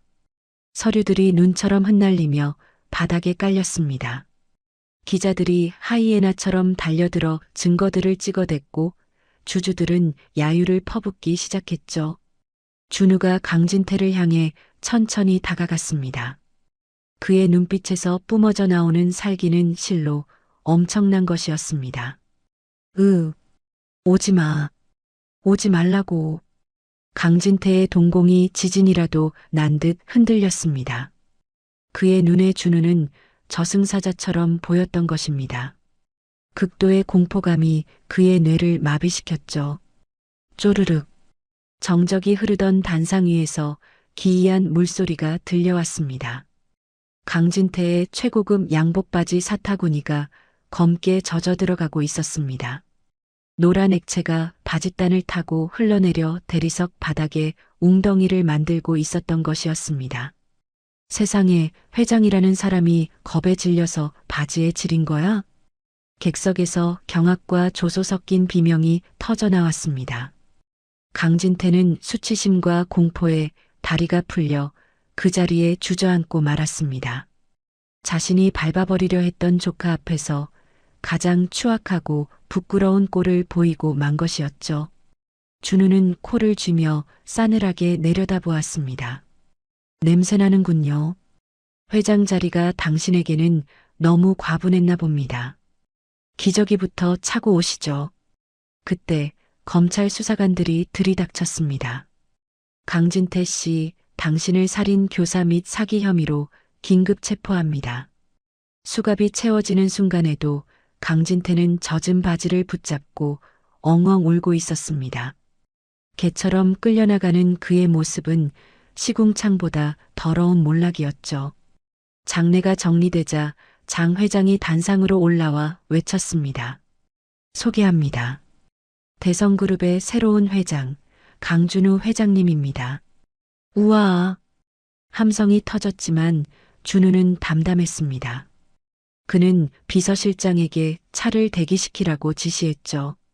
취임식보다 더 중요한 약속, 성북동 저택으로 돌아가 노심 씨에게 꽃신을 신겨주기 위해서였습니다. 차는 속도를 높여 도심을 질주했습니다. 30살의 젊은 회장 강준우. 과연 12년 만에 돌아온 성북동 집에서 노심 씨는 어떤 표정으로 준우를 맞이할까요? 검은 세단이 미끄러지듯 언덕을 올라 거대한 철대문 앞에 멈춰 섰습니다. 22년 전 폭우가 쏟아지던 밤 짐짝처럼 쫓겨났던 바로 그 성북동 저택이었죠. 하지만 오늘은 달랐습니다. 굳게 닫혀있던 대문이 활짝 열려 있었고 양옆으로는 수십 명의 고용인들이 도열에 허리를 90도로 숙이고 있었기 때문이었습니다. 다녀오셨습니까, 회장님? 그리고 사모님. 우렁찬 인사소리가 마당을 울렸습니다. 차 뒷좌석에서 내린 준우는 노심 씨를 에스코트했죠. 하지만 차에서 내리던 노심 씨가 비틀하며 휘청거렸습니다. 류머티즘 관절염으로 굳어버린 무릎이 긴장한 탓인지 말을 듣지 않았던 것입니다. 아이고, 내 다리가 왜 이러냐. 망신스럽게. 노심 씨가 당황하여 어쩔 줄 몰라 하자 준우는 말없이 웃으며 그녀의 앞에 등을 돌리고 앉았습니다. 넓고 단단한 태평양 같은 등판이었죠. 업히세요, 아줌마. 아니, 도련님, 이게 무슨 짓입니까? 회장님 체면에 늙은 식모를 업다니요. 노심 씨가 기겁하며 손사래를 쳤지만 준우는 고개를 돌려 장난스럽게 웃었습니다. 기억 안 나세요? 22년 전 소야도 갯벌에서 아줌마가 저 업어주셨잖아요. 그때 아줌마가 그랬죠? 아줌마 등은 무쇠라고. 제 등도 무쇠니까 걱정 말고 업히세요. 노심 씨의 눈시울이 붉어졌습니다.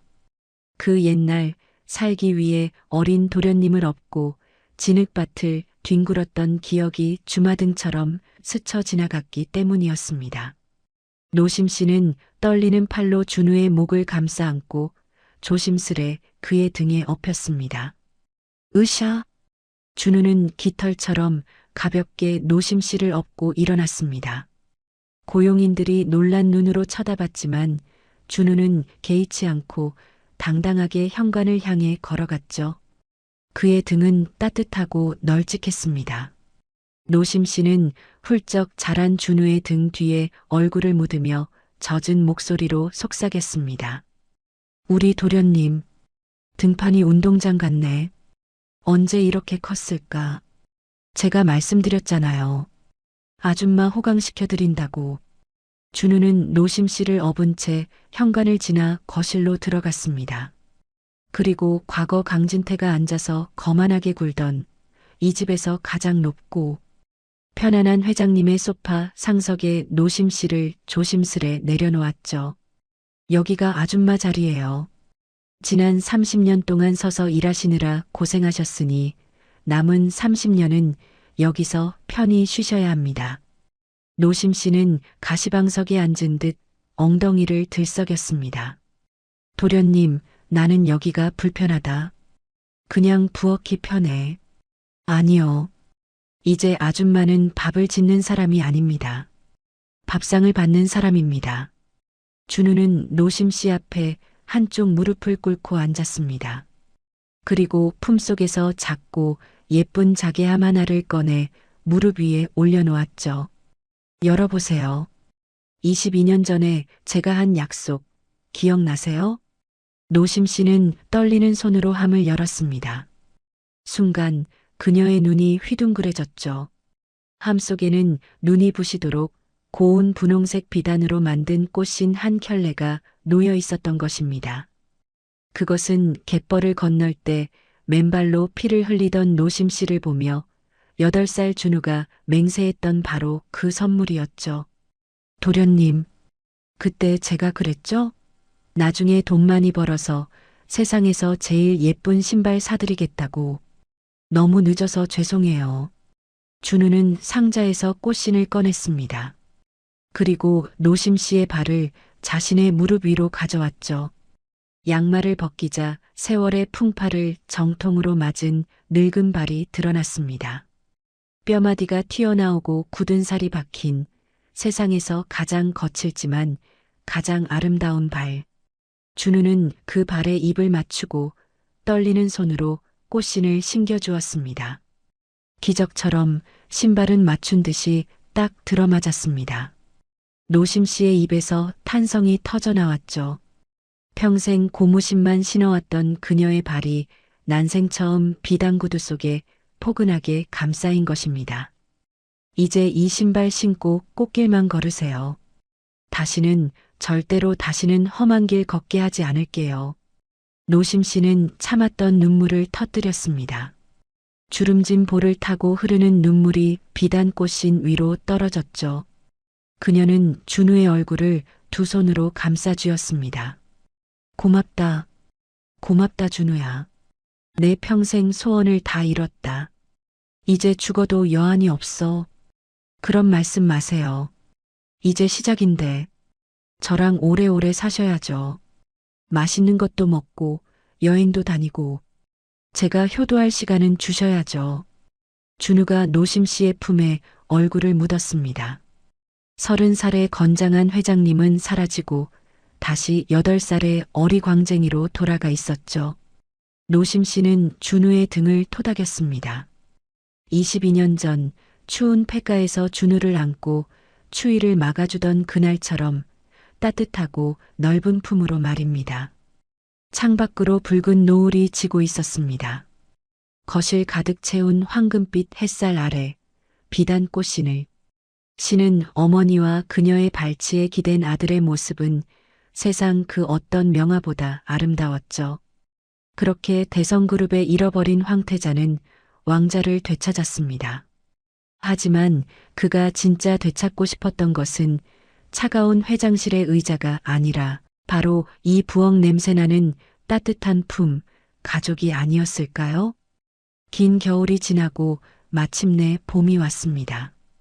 이제 그들의 앞길에는 향기로운 꽃바람만이 불어올 것입니다. 어떠셨나요? 오늘 이야기. 피 한 방울 섞이지 않았지만 그 어떤 핏줄보다 진한 사랑으로 서로를 지켜낸 두 사람의 이야기가 여러분의 가슴에도 따뜻한 꽃신 한 켤레로 남기를 바랍니다. 지금까지 달봄 사연이었습니다.